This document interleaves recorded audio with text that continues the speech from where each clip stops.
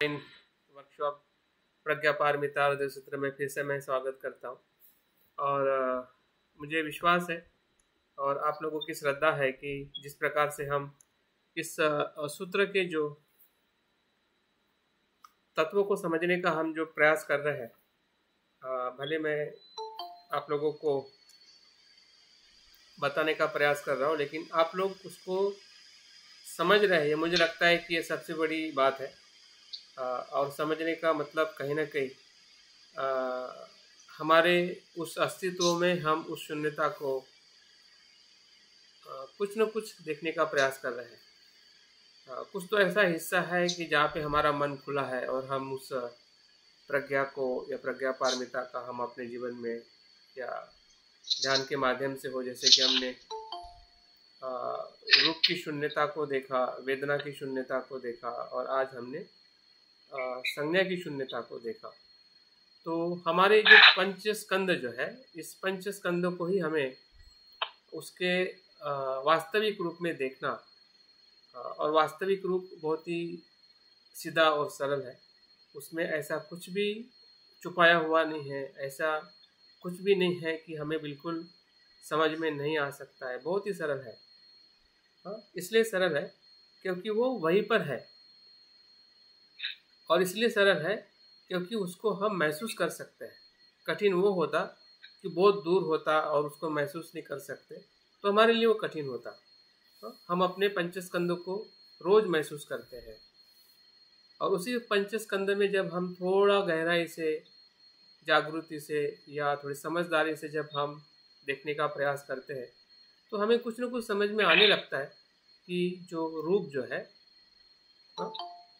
रूप तो है लेकिन रूप में मैं नहीं है। और मैं इसलिए नहीं होता है क्योंकि वो प्रत्यय से उत्पन्न होता है, और रूप मैं से उत्पन्न नहीं होता है, अहंकार से उत्पन्न नहीं होता है, आत्मा भाव से उत्पन्न नहीं होता है। वो जो भी धारणा है वो हमारी भ्रम मात्र है। वो भ्रम टूट जाता है जब हम उसको प्रतीत्य समुत्पन्न देखते हैं। और प्रतीत्य समुत्पन्न देखने का दूसरा अर्थ है कि उसको शून्यता भाव में देखते हैं। तो ऐसा जो तत्व का जो अर्थघटन है या उसकी जो होने वाली जो प्रक्रिया जो है,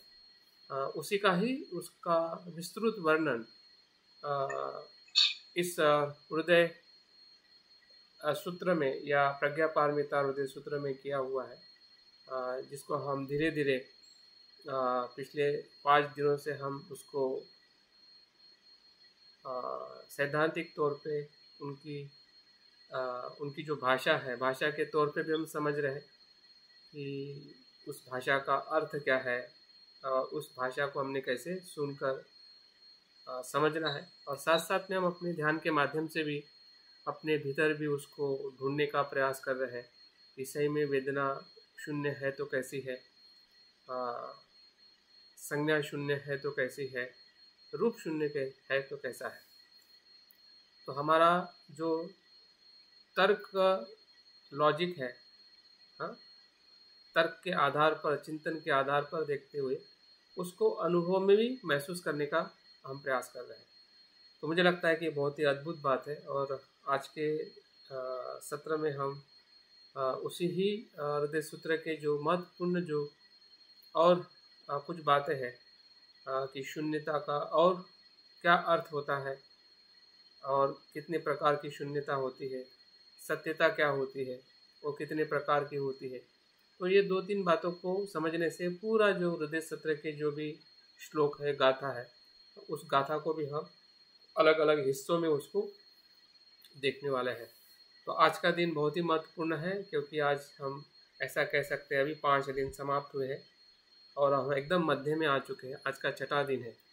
और छठे दिन से अभी हम 7वां, 8वां, 9वां, 10वां दिन जो है और गहराई की तरफ हम जाने का प्रयास करने वाले हैं, जिसमें जो उसके साथ में जुड़ी हुई जो साधना है या ध्यान है, या जो और कुछ बातें आपके तरफ से भी अगर प्रश्न के रूप में आती है, या मुझे भी लगता है कि इसको और गहराई में समझने के लिए और कुछ बातें अगर मैं याद करता हूँ तो उसका भी हम आने वाले दिनों में अभ्यास करने वाले हैं। लेकिन आज का दिन बहुत ही महत्वपूर्ण है और ऐसा कह सकते हैं कि अभी तक मैंने जो बताया है वो एक प्रकार से हमारी उस विषय के भीतर में जाने का हमारा प्रयास था। और आज का जो प्रयास रहेगा वो मतलब हम एकदम भीतर में आ चुके हैं। अभी हमें ही अपने हाथ पैर हिलाना है और तैरने का प्रयास करना है शून्यता सत्यता के अर्थ के साथ। उसके जो भी मन में आने वाले जो कुछ भी शंकाएं है या अस्पष्टता है उसको धीरे धीरे स्पष्टता करते हुए हमें उसके आसपास या उसके संपर्क में आकर उसको हमें समझने का प्रयास करना है। और मुझे लगता है कि हमारे लिए ये बिल्कुल संभव होगा, क्योंकि जो हम अभी तक समय दिए हैं उसका परिणाम ही आज के दिन में हमें और गहरे अनुभव की तरफ लेके जा सकता है। तो वर्ग की शुरुआत हम आज के हृदय सूत्र से करने वाले हैं। तो कल्पना रंगारी जी ने जिम्मेदारी ली है, उनका बहुत बहुत साधुवाद। और हम सब की तरफ से उनको हम विनती करते हैं कि वो सूत्र का पठन शुरू करें।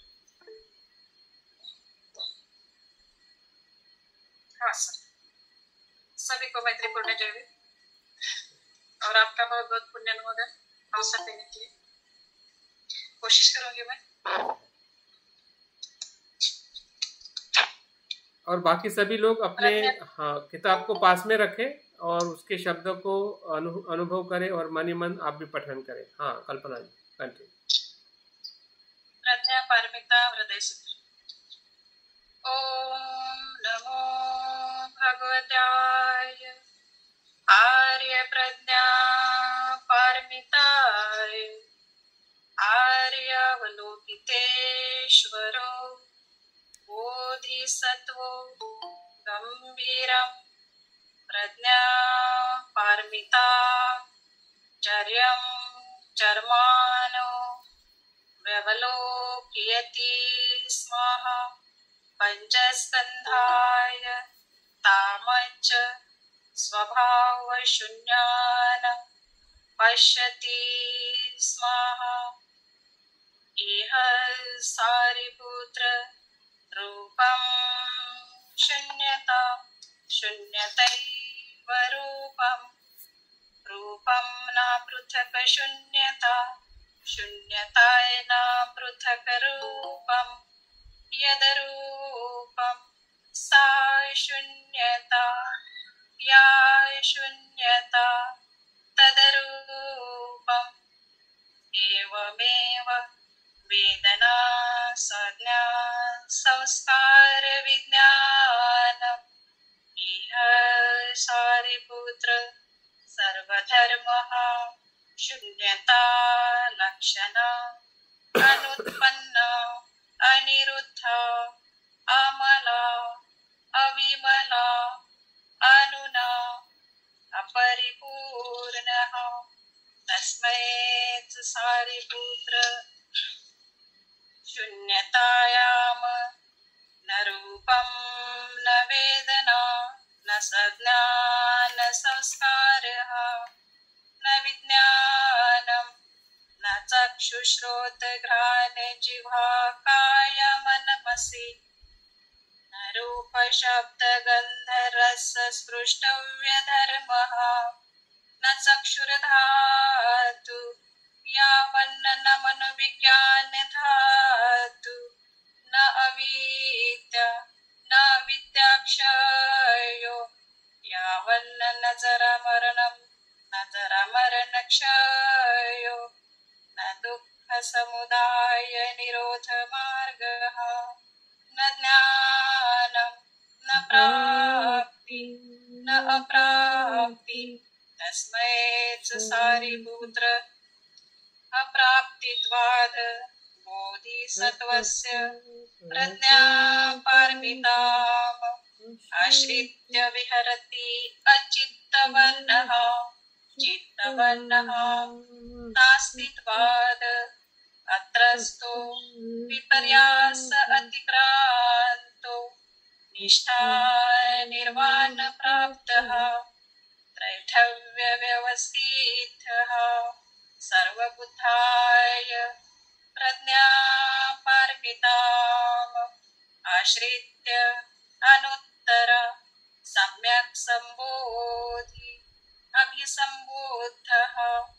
तस्मै च ज्ञातवे प्रज्ञापार्मिता महामन्त्रो महाविद्यामन्त्रो अनुत्तरमन्त्रो समसममन्त्रः सर्वदुःखप्रशमनः सत्यम् अमिथ्यत्वात् प्रज्ञापार्मितायाम् उक्तो मन्त्रः तदयथा गते गते पारगते पारसंगते बोधि स्वाहा इति प्रज्ञापार्मिता हृदयं समाप्तम्।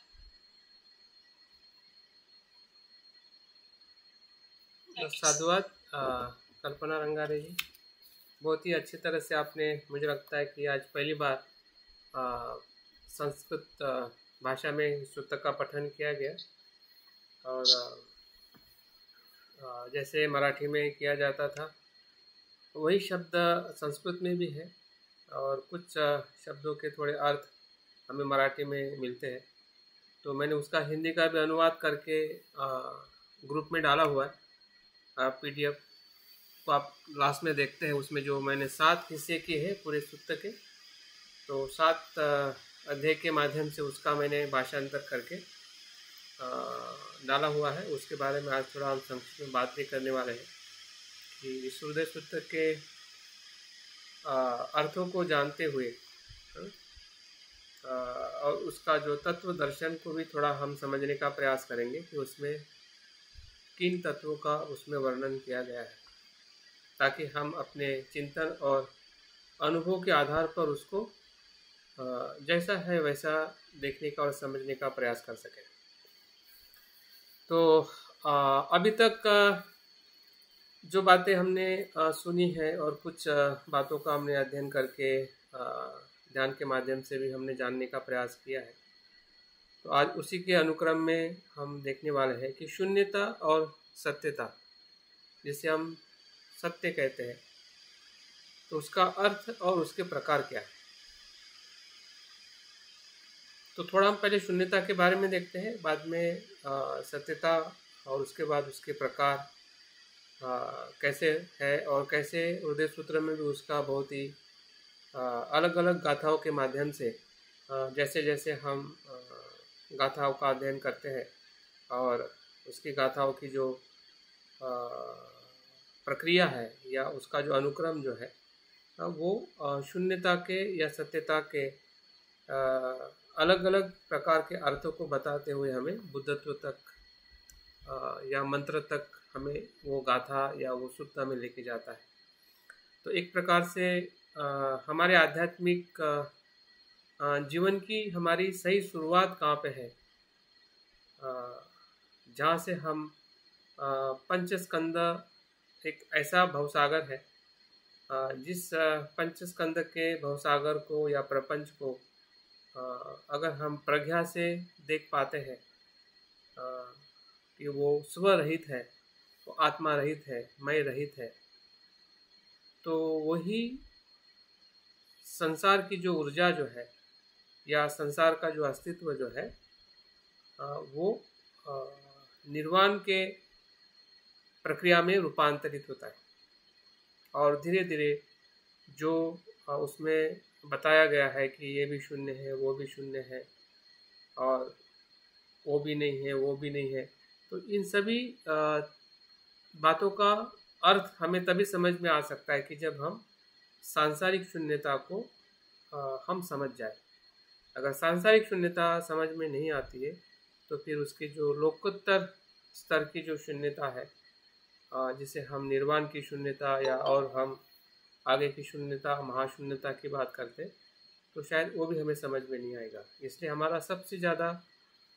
फोकस जो होना चाहिए कि हमारी जो संसार के प्रति या पंचस्कंद के प्रति जो मिथ्या धारणा है, वो तोड़ने के लिए जो प्रतीत्य समुत्पाद का अनुभव है और उसी के आधार पर सांसारिक शून्यता का जो अनुभव है,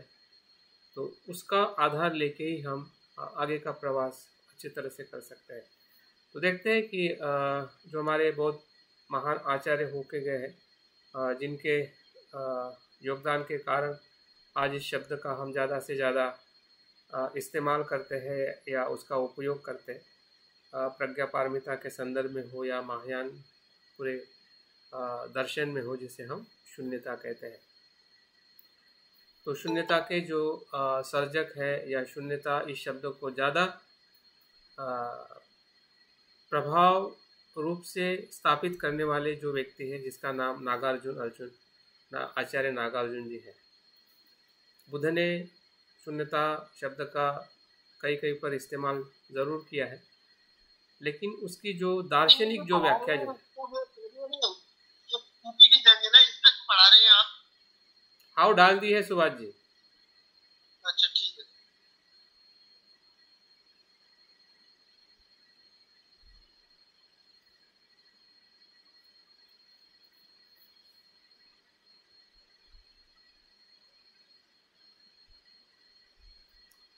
तो शून्यता ये शब्द जो है बुद्ध की शिक्षा में उसका उपयोग या उसके उपदेश के माध्यम से भी आया हुआ है, लेकिन उसकी जो दार्शनिक जो परिभाषा है, व्याख्या है, या उसका जो विस्तृत प्रस्तुतिकरण है, या उसको विस्तृत स्वरूप में उसका जो परीक्षण करते हुए उस शून्यता का या शून्यता के तत्व को पूरे संसार और पूरे बौद्ध धर्म की शिक्षा हो या बुद्ध का बुद्धत्व हो, या मतलब हर जगह पे शून्यता के इस शब्द से या शून्यता के इस तत्व से उसका परीक्षण किया गया। और उस प्रकार से जो नागार्जुन जी का जो कार्य जो है, उनके इस साहित्य के माध्यम से भी उन्होंने पूरी तरह से शून्यता की जो परिभाषा की है, तो उसी के ही कुछ संदर्भों को लेके हमें थोड़ा शून्यता का अर्थ क्या है और शून्यता का प्रयोग कहाँ पर किस प्रकार से किया जाता है, ताकि हमें टेक्निकली उस शब्द के साथ हम वैचारिक तौर पे और भावनिक तौर पे हम जुड़ सकें। तो अगर हम नागार्जुन